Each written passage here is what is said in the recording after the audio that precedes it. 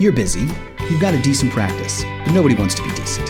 You want to be great, and you want to have a great practice. So how did the most productive, profitable dentist in the nation balance real life, work, and profits, and somehow make it all seem fun?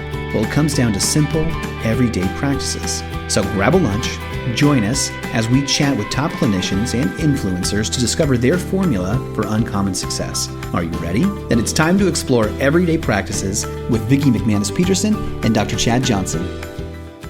Welcome to Everyday Practices. I'm Vicki McManus here with Chad Johnson. And Chad, I'm so excited. We've got another PDA coach in the house. Deidra Bentley. Just a quick 1, 2, 3, and you can find out more about Deidra on our landing page and website. But she is fabulous. She came from banking first, and then she kind of married into dentistry. And we love her husband, Dr. Tim Collins. He's wonderful too. And you're out of the San Diego area. Is that right, Deidra? Yes, I am. We live in beautiful downtown San Diego, and our practice is just 3 miles away. So we have a very short commute. Wow. So I don't know, Chad, where we might take this today, but Deidra, I honor you and I love you so much because you're a dental spouse, which typically only works well 1 out of 3 times if you're involved in the practice. You're a super savvy businesswoman coming out of banking and finance, so you're spot on that. You are fabulous at coaching and the whole team dynamic, and you also are just spot on online learning and adult education, so there's a ton of ways we could go here in our time today. And, I'm excited too because we had Deidra visit our office here in Iowa back in September. So that was fun hosting her at our office. And it was great getting her insights and having some training sessions with her as well. So I'm fresh off of, even though it was a few months ago, fresh off of having her in the office and her expertise as well. So thanks, Deidra. Oh, you're welcome. You always get to know people so much better being in their work environment. It opens up a whole new layer. Well, something that we talked about at the last time that you were there was, I guess I didn't think it was unusual, but for us, we like having our consultants in for, 2.5, 3 days. And a lot of times Carrie was like, well, a lot of times people just are, do a 1 day. And I was like, oh, wow, I guess I didn't realize that I had upped it.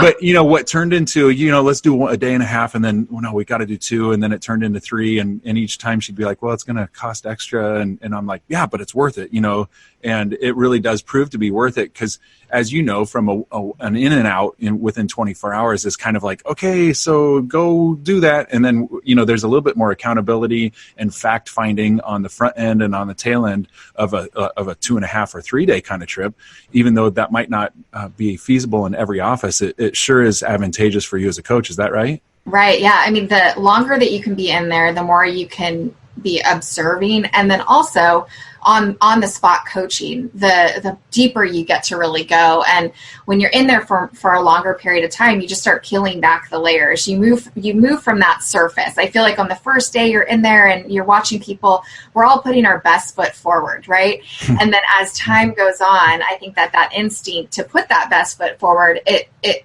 wears off a little bit, and then we start to see, the true colors kind of come out. You can only fake it so long. Exactly. Yes. You can only fake it so long. Just wear them down, and then the fatigue sets in. Attrition. It's not just for teeth. Oh, that's bad. So, Deidra, you not only are a PDA coach, and we're so lucky to have you, but you actually coach your husband's practice and putting in systems. So tell us, what are some of the coolest things that you've implemented that you see in real life makes a measurable difference for the team? What helps them hold accountability or because your office has such self-governance. It does, yes. I love how they show up. How did you get there?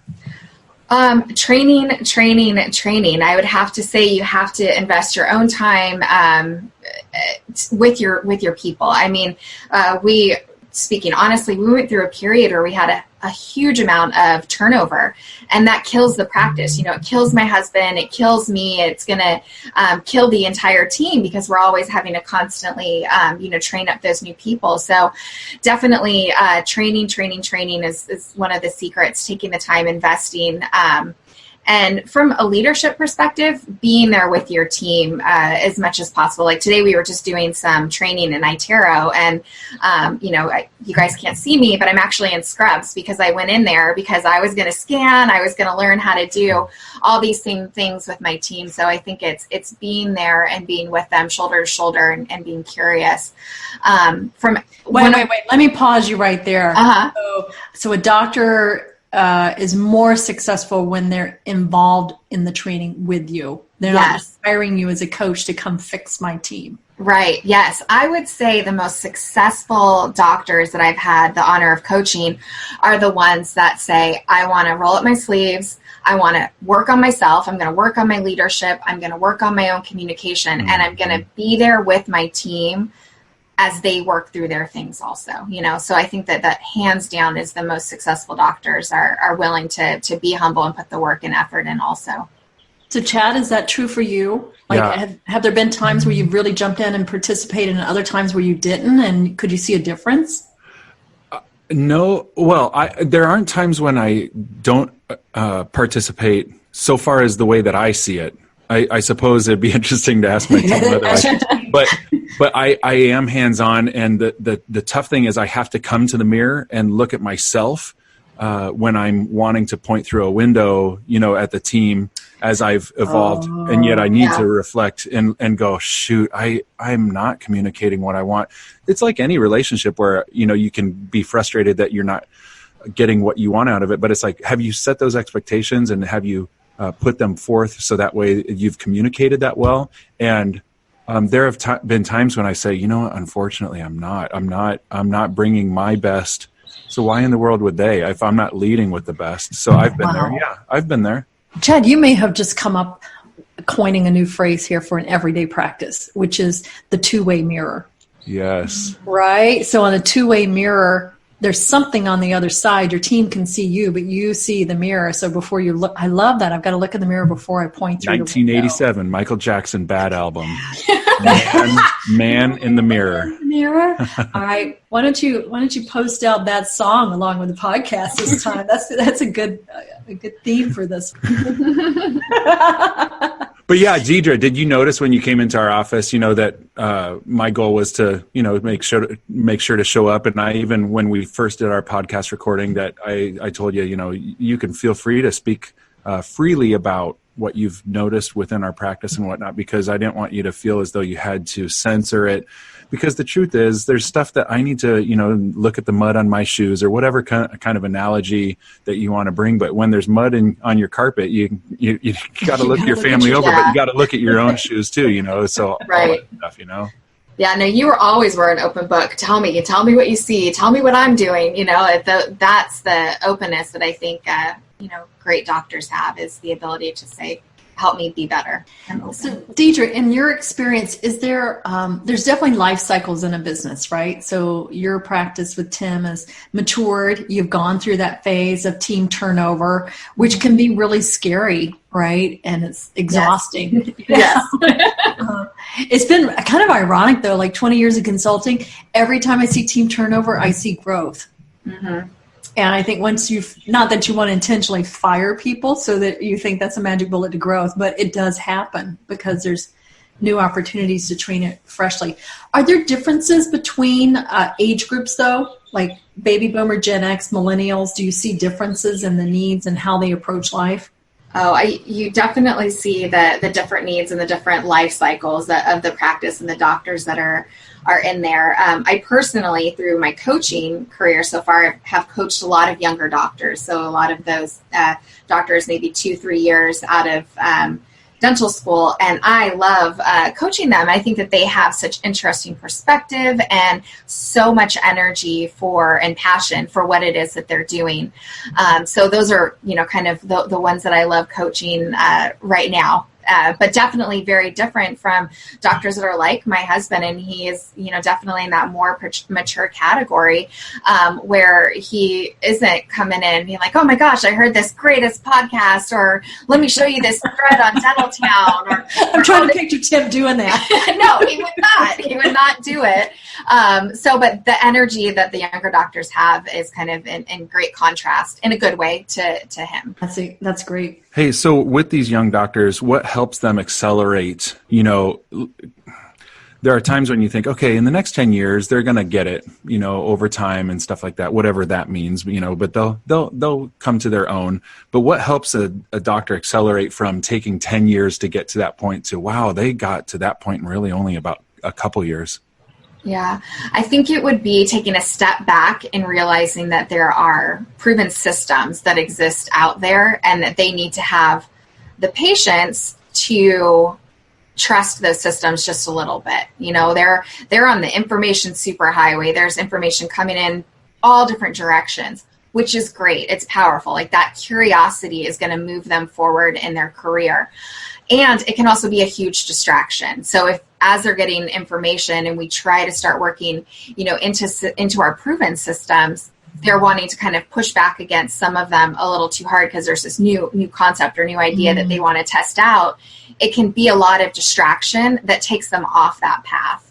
So I think that's one of the big things is just knowing what to do with all that information that they have and all that excitement and energy and curiosity that they have. That's interesting, Deidra. You seem to think then that systems would be the accelerator to the vehicle, but then information or distraction from that information could almost be the brakes that could hold you from getting to a place in 10 years to maybe taking 20 or 30 years to get there. Yes. Yeah. Wow. If we don't put the information to use in the right way, it could definitely slow down the process. So let's talk about some of those systems, right? And I remember years ago, Tony Robbins saying that when he was coaching Andre Agassi, so you can see how long ago that was, that, you know, great coaches, they don't come in here and tell you how to do the razzle-dazzle slam dunk or how to jump the net. It's the boring basics. It's forehand and backhand and forehand and backhand. If you're a golfer, you're hitting 100 balls before you play the game. You know, it's holding to what I'm assuming with millennials especially seems like extremely boring basics. But if you had to focus on like 1, 2, 3, like for me personally, my number one boring basic would be to dive into your key metrics. And not vanity metrics, you know, like I can look at any number in any practice and make myself feel good. You know, it's like, yeah, but my schedule's full. I feel good, but was it productive? You know, my team is here. So what are some of the filters that would help a young leader kind of get to their true north, like what their guiding purpose is and how they need to steer the ship of their business, right? What are some of the filters that you would help them with? Well, I think the first system that you really have to look at is your profitability. Look at your finances and your balance sheet, and you know, how much money are you taking in versus how much money is going out? Because again, you can feel like, oh, we're busy, everything's going great, and I'm trying all these new procedures. But if you're not in the habit of looking at your profit and loss and saying, like, do I have the money that I need to save for retirement, to service my loans? Are we really being successful? So it's kind of taking a step back and looking at the boring stuff. Like financials is not exciting. You're not going to come in and be like, oh yeah, my team overhead's at 20%. Woo! You know, maybe some doctors will, but I was going to say at that point that might be exciting. Yeah. If you had your overhead at 20. Great. We're going to have balloons, helium. Yeah, y'all have balloons. Yeah. But you suck in the helium and make it. Of course. No holds barred at that point at 20%. Yeah. Yeah, but that would be one system is really looking at the financials and saying like, hey, am I doing all the things to control expenses? Am I operating to a budget? Do I know what industry benchmarks are? Those type of things I think have to be considered, you know, first and foremost when you're looking to make change, because all of that information builds everything else that we're going to do. Like we need to know how much money you need to take in before we can say this is how much you need to make per hour. You know, you can't really just throw that goal out there arbitrarily, because if your overhead is at 30%, you're going to need to produce more. Your production per hour is going to have to be more. So I think that really is kind of the starting point. It's a boring system, but it's so critical to running a smart business and being successful and getting there in 10 years instead of 25.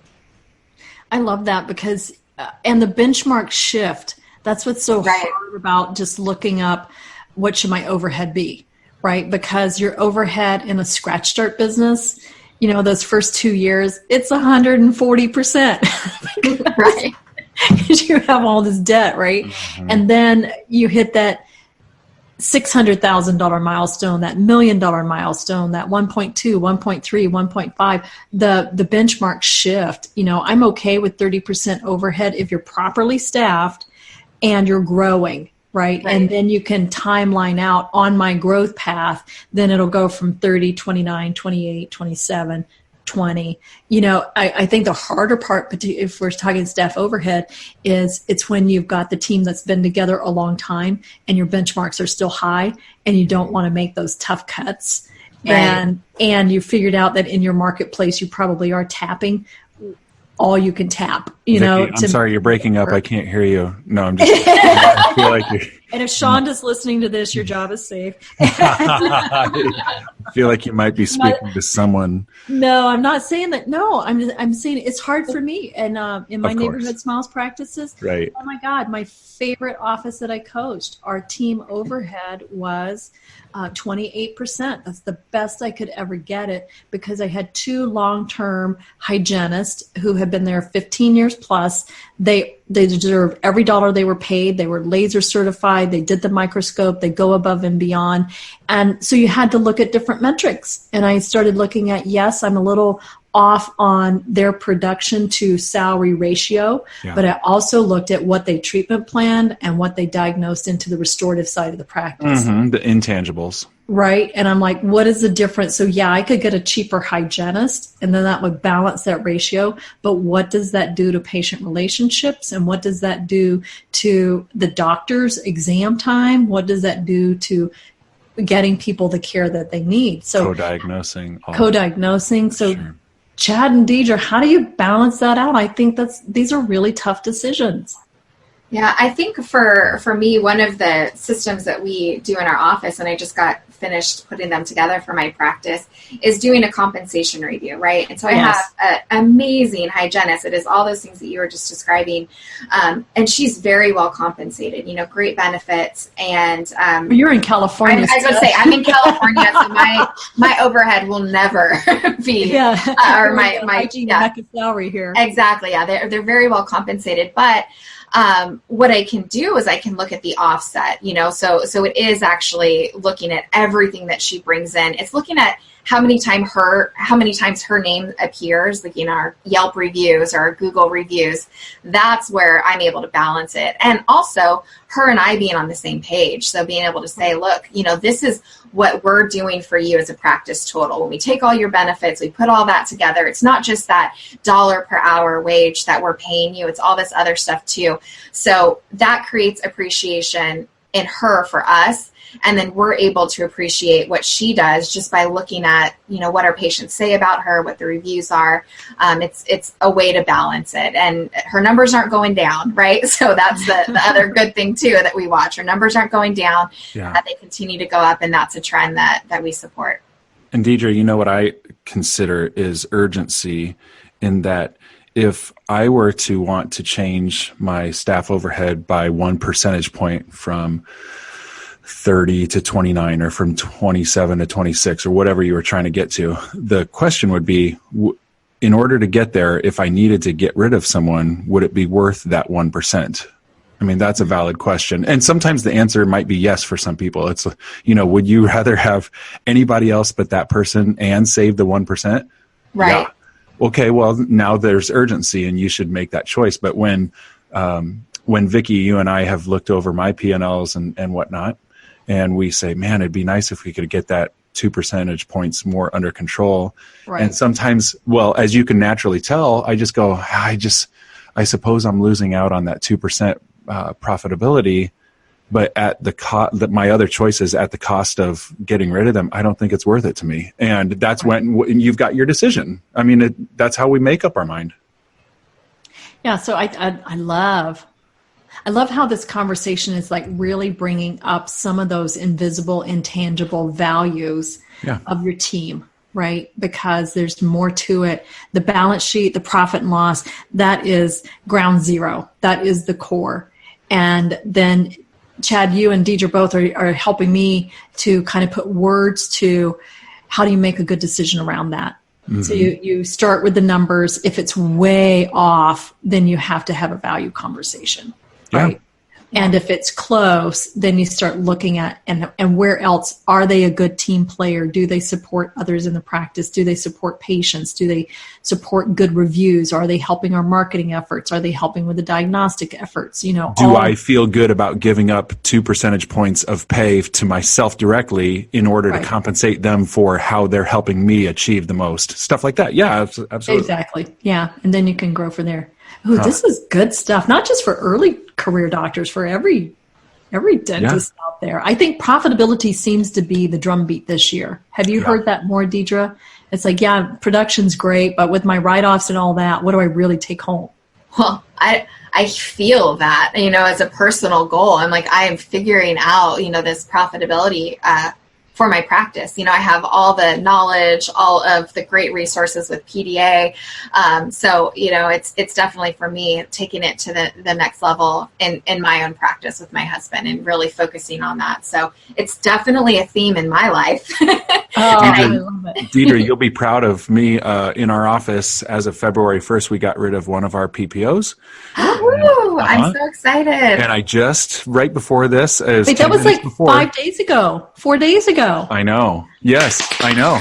That's awesome. April 1st, we're doing away with the Delta PPO, and so little by, which is 1,800 of our patients. Yes. And with one insurance. So it'll be interesting to see how that turns out. But if you remember us talking, this was planned 6 months ago that, this year we were going to pull the trigger on that.